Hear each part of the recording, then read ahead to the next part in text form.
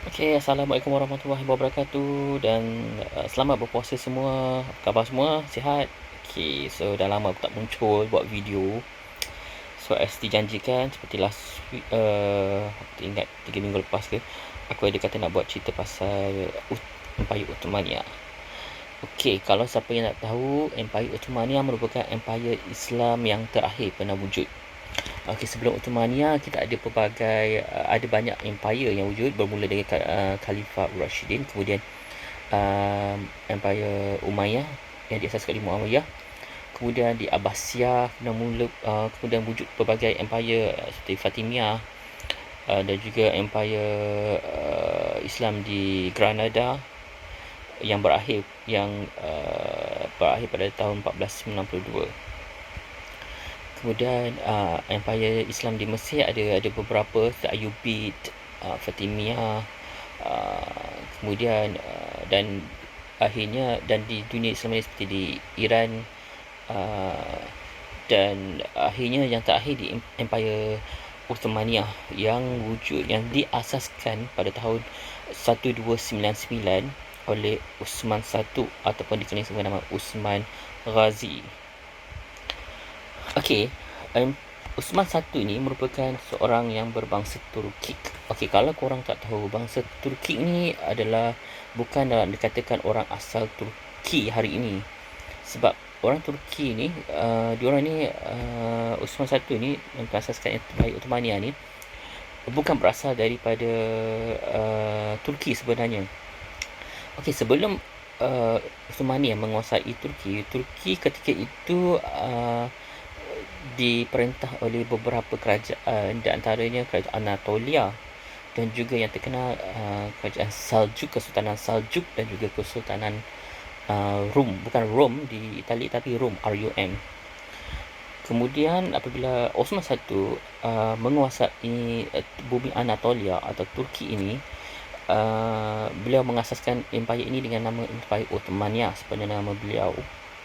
Okey, orang Turki ni sebenarnya dia berasal daripada, kalau diikutkan sejarah, dia ni berasal daripada Asia Tengah ataupun Asia Utara. So, genealogi diorang ni mempunyai persamaan dengan ataupun bahasa diorang ni mempunyai persamaan dengan orang-orang, kalau korang dengar dengan negara yang belakang dia Tantan kan, Kazakhstan, Turkmenistan.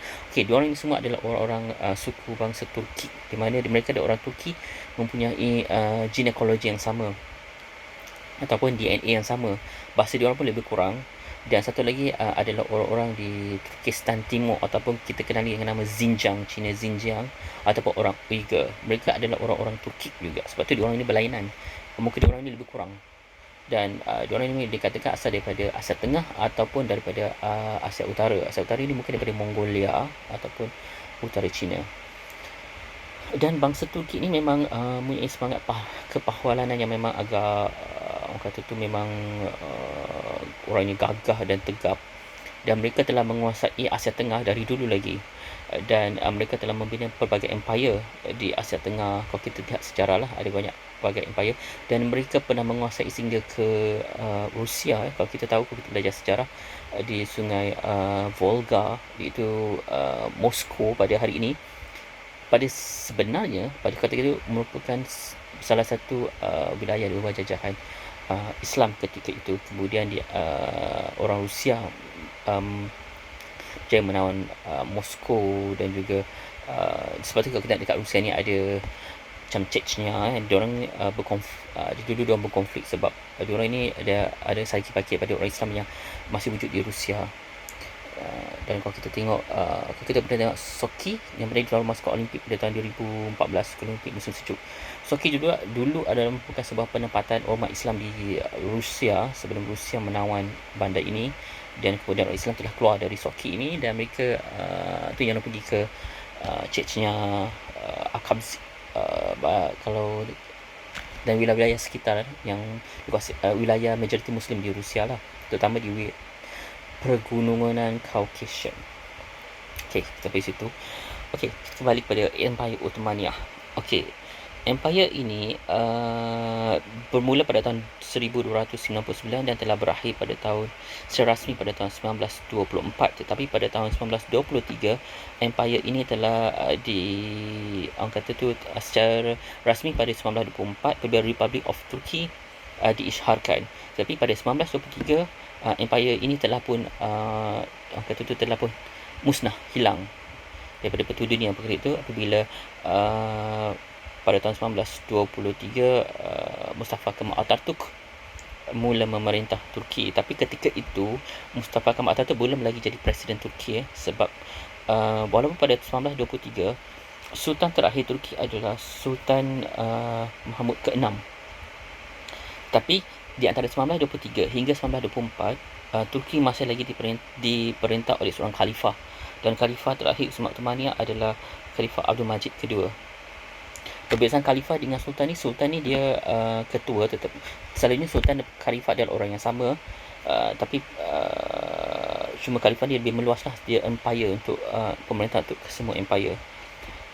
Tapi sultan terakhir Turki adalah Sultan Mahmud ke-6 pada tahun 1923 dan khalifah terakhir adalah Khalifah Abdul Majid kedua. Khalifah Abdul Majid ni mengambil alih peranan khalifah daripada Sultan Muhammad ke-6, tetapi hanya sebagai orang kata tu boneka saja pada ketika itu. Kerana yang berkuasa ketika adalah Mustafa Kemal Atatürk. Dan Empire Ottoman ini sangat terkenal dan sangat digeruni sehingga ke Eropah. Kalau kita tahu belajar sejarah Eropah ketika zaman Middle Age di Eropah, Empire Ottoman ni merupakan salah satu orang kata tu musuh ataupun orang kata tu musuh paling digeruni di Eropah ketika itu, kerana mereka mula meluaskan jajahan mereka sampai ke Eropah. Dan orang kata okey, bukan titik lah, kita mulakan dengan pada permulaan Empire Ottomania ni, pada satu ketika Empire Ottomania ni dia dah menguasai hampir seluruh Turki, tapi ada satu kawasan dia masih tak dapat kuasai, iaitu Konstantinopel. Konstantinopel ini merupakan ibu kota kerajaan Rom, kerajaan Byzantine ataupun kerajaan Rom di timur, di mana merupakan kerajaan Rom di timur ni adalah orang kata saki baki pada kerajaan Rom yang telah runtuh. Kemudian mereka berpindah di Konstantinopel, dan di sini yang kata bermulanya di Konstantinopel ini lah kata bermulanya orang kata tu ajaran Kristian yang ada pada hari inilah, dan ia bertapak di Konstantinopel. Dan cuma kawasan Konstantinopel ni saja masih belum dikuasai oleh Ottomania ketika itu, dan sekitar itu telah dikepung dan dijajah atau dikuasai oleh Ottomania.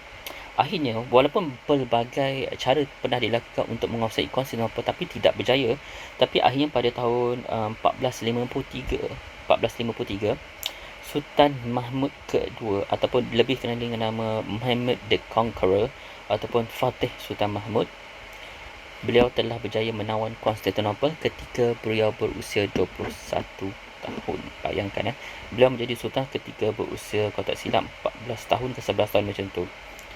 Kemudian kemudian Sultan Mahmud ni pernah jadi 2 kali, sebab di masa remaja jadi sultan, kemudian bapa dia ambil alih semula jawatan sultan, kemudian dia ambil balik. Dan pada umur 21 tahun beliau berjaya menguasai Konstantinopel dan menukar nama Konstantinopel kepada nama Istanbul pada hari ini. Dan bermula kepada peristiwa ini menyebabkan Empire Ottomania mula meluaskan empire mereka ke Eropah, dan mereka berjaya menguasai ketika itu Greece, Hungary, Bulgaria, Serbia, Bosnia Herzegovina. Kalau kita hari ini sebab ada orang Islam di Bosnia, kerana mereka adalah sakit-baki orang Islam yang pernah bawa kekuasaan Empire Ottomania. Dan satu peristiwa penting dalam perluaan kuasa Ottomania ni adalah Battle of Vienna yang berlaku di Kahlenberg Hill ataupun Kahlenberg Mountain pada tahun 1683. Kerana pada saat inilah apabila Empire Ottomania tewas dalam Battle of Vienna, mereka tidak lagi meluaskan jajahan mereka ke Eropah, dan saat inilah merupakan kata tu titik tolak mulanya Empire Ottomania ni mula jatuh sikit-sikit, dan wilayah mereka mula dikuasai semula oleh negara-negara Eropah yang lain. peristiwa ini sangat penting kerana orang kata tu titik tolak kepada, jika kita fikir kan, kalau Ottomania berjaya menguasai Vienna ketika ini dan perang ini berjaya menang dalam Battle of Vienna, kita akan pasti akan menyaksikan orang kata tu landscape yang berbeza di Eropah pada hari ini. Tetapi ini tidak berlaku apabila Ottomania tewas dalam Battle of Vienna dan mereka tidak lagi mempunyai niat untuk meluaskan kuasa di Eropah, sehinggalah mereka kejatuhan empire ini. Dan empire aku kata Battle of Vienna ada satu benda yang penting, sebab di sini bermulanya kopi di Eropah. Sebab tuan-tuan Turki telah membawa kata tak tahu mungkin beratus atau beribu huni kopi yang dibawa bersama dalam pertempuran ini untuk diberi minum kepada tentera Ottomania. Tapi bila mereka tewas, mereka telah meninggalkan kopi-kopi, biji-biji kopi ini di sekitar Bukit Kahlenberg ini. Dan orang-orang di Vienna ketika itu, di Austria pada hari ini, telah mengambil biji-biji kopi ini dan mereka membuat kopi dan mencipta pelbagai jenis kopi pada hari ini. Dan mereka mengasas, orang kata tu telah memulakan orang kata tu kafe. Dan kalau tak kerana Battle of Vienna ini, mungkin tiada kafe pada hari ini, kafe kopi yang kita tahu, Starbucks, Coffee Bean, semuanya bermula di apabila berlakunya Battle of Vienna. Bila orang Vienna ini mengambil kopi-kopi ini tinggalkan oleh orang Ottomania. Dan juga dikatakan urban legend bahawa croissant yang sedap makanan kita makan tu sebenarnya dicipta sebagai tanda kemenangan orang-orang Austria terhadap Ottomania. Sebab tu bentuknya macam bulan sabit melambangkan kekalahan Ottomania. Dan kemudian kita lihat kepada saat-saat apakah menyebabkan kejatuhan Empire Ottomania. Dia ada beberapa faktor lah kejatuhan Empire Ottomania. Antara yang ketara, apabila Ottomania mula mengambil pendekatan negara berperlembagaan, apabila Parlimen Turki ketika itu ataupun Parlimen Ottomania mula ditubuhkan, Sultan ataupun Khalifah hanya berfungsi sebagai ketua negara, dan Vizier adalah orang kata kuasa yang lebih kurang seperti Sultan dan juga Khalifah, sebab Sultan tertaluk kepada Parlimen ketika itu. Dan kuasa mula yang lemah, dan Sultan ketika itu mula tidak berminat dengan orang kata tu pentadbiran. Sebab kalau kita lihat itu Sultan Turki ketika itu, Sultan Ottomania terakhir lebih berminat dengan kemewahan. Mereka mula orang kata tu melihat satu kemewahan itu satu benda yang lebih indah. Dan Empire Ottomania selalu berpusat di semasa mereka mengambil Konstantinopel, Istanbul. Mereka sultan-sultan bertapak di Istana Topkapi, tetapi lebih kurang 1800 something macam tu, Sultan, saya tak ingat Sultan mana, membina Istana Dolmabahce yang sangat orang kata tu sangat mewah, dan habis perbelanjaan negara untuk membina istana ini dan juga maintenance istana ini dan juga barang-barang mewah yang berkaitan istana. Dan ini menimbulkan satu orang kata tu perkara yang tidak tolak lah, sebab apabila perbelanjaan tentera digunakan untuk perbelanjaan tidak sepatutnya dan bermewah-mewahan. Kemudian berlakunya Arab Revolt dan juga semangat nasionalisme. Terdapat dua semangat nasionalisme yang berlaku ketika ini, iaitu semangat nasionalisme Turki dan juga semangat nasionalisme orang Arab. Semangat nasionalisme orang Arab telah menyebabkan berlakunya Arab Revolt, di mana Arab Revolt ini telah disokong oleh British ketika itu. Kita tak tahu apa muslihat British ketika itu, dan dia diketuai oleh Sharif Al-Muqah ketika itu. Dan apabila berlakunya Arab Revolt ni, Turki akhirnya Ottomania tewas dan terpaksa menyerahkan wilayah-wilayah Arabnya kepada negara-negara Arab dan juga British. Dan apa akibatnya? Apa yang berlaku adalah negara Arab sebenarnya mereka telah ditipu. Bermula saat inilah sebenarnya Palestin telah diambil alih oleh British, kemudian membawa masuk orang-orang Yahudi ke Palestin dan menubuhkan negara Israel pada tahun 1948. Sebenarnya apa yang berlaku adalah kesilapan orang Arab sendiri kerana Arab Revolt yang mereka semangat nasionalisme mereka yang sepatutnya membina negara Arab yang bersatu, tapi akhirnya memusnahkan mereka sendiri. Semangat nasionalisme mereka akhirnya memusnahkan mereka sebab mereka tertipu dengan British, dan negara Arab semua telah dibahagi-bahagikan. Dan kesan paling penting adalah walaupun Sharif Mekah menang jaya dalam Arab Revolt ni, tapi beliau telah disingkirkan oleh keluarga Saudi pada hari ini. Dan Sharif Mekah ini telah dihalau.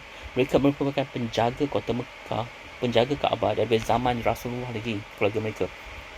Tapi kerana sikap mereka ini, akhirnya mereka sendiri telah dihalau dan telah menubuhkan kerajaan di Jordan pada hari ini. Kita boleh lihat bagaimana semangat nasionalisme sebenarnya boleh membina sebuah negara, tapi akhirnya boleh memusnahkan sebuah negara itu sendiri ataupun memusnahkan orang Arab itu sendiri. Kemudian semangat nasionalisme orang Turki yang diketuai oleh Mustafa Kemal Atatürk. Okey, Mustafa Kemal Atatürk ni, kalau kita lihat sejarah background family dia adalah orang yang orang kata tu orang yang orang kata Islam yang sangat patuh. Keluarga dia sangat Islamik, dan beliau telah dimasukkan ke sekolah agama ketika itu. Tapi akhirnya beliau tak tahu apa yang berlaku, pemikiran beliau menjadi semakin kata tu kebaratan, dan akhirnya memimpin Turki ke arah negara yang sekular. Dan semangat nasionalisme Turki ini telah menyebabkan berlaku orang kata tu orang kata tu macam orang Arab dan orang Arab ni merasakan sebab orang Turki ni semangat nasionalisme ketika itu terlalu tinggi, sehingga mereka menghadap orang-orang sampai orang Turki adalah bangsa yang tidak sama taraf dengan mereka, dan mereka melayan orang-orang sampai orang Turki ni seperti orang Arab, orang Armenia ketika itu seperti bangsa yang rendah taraf.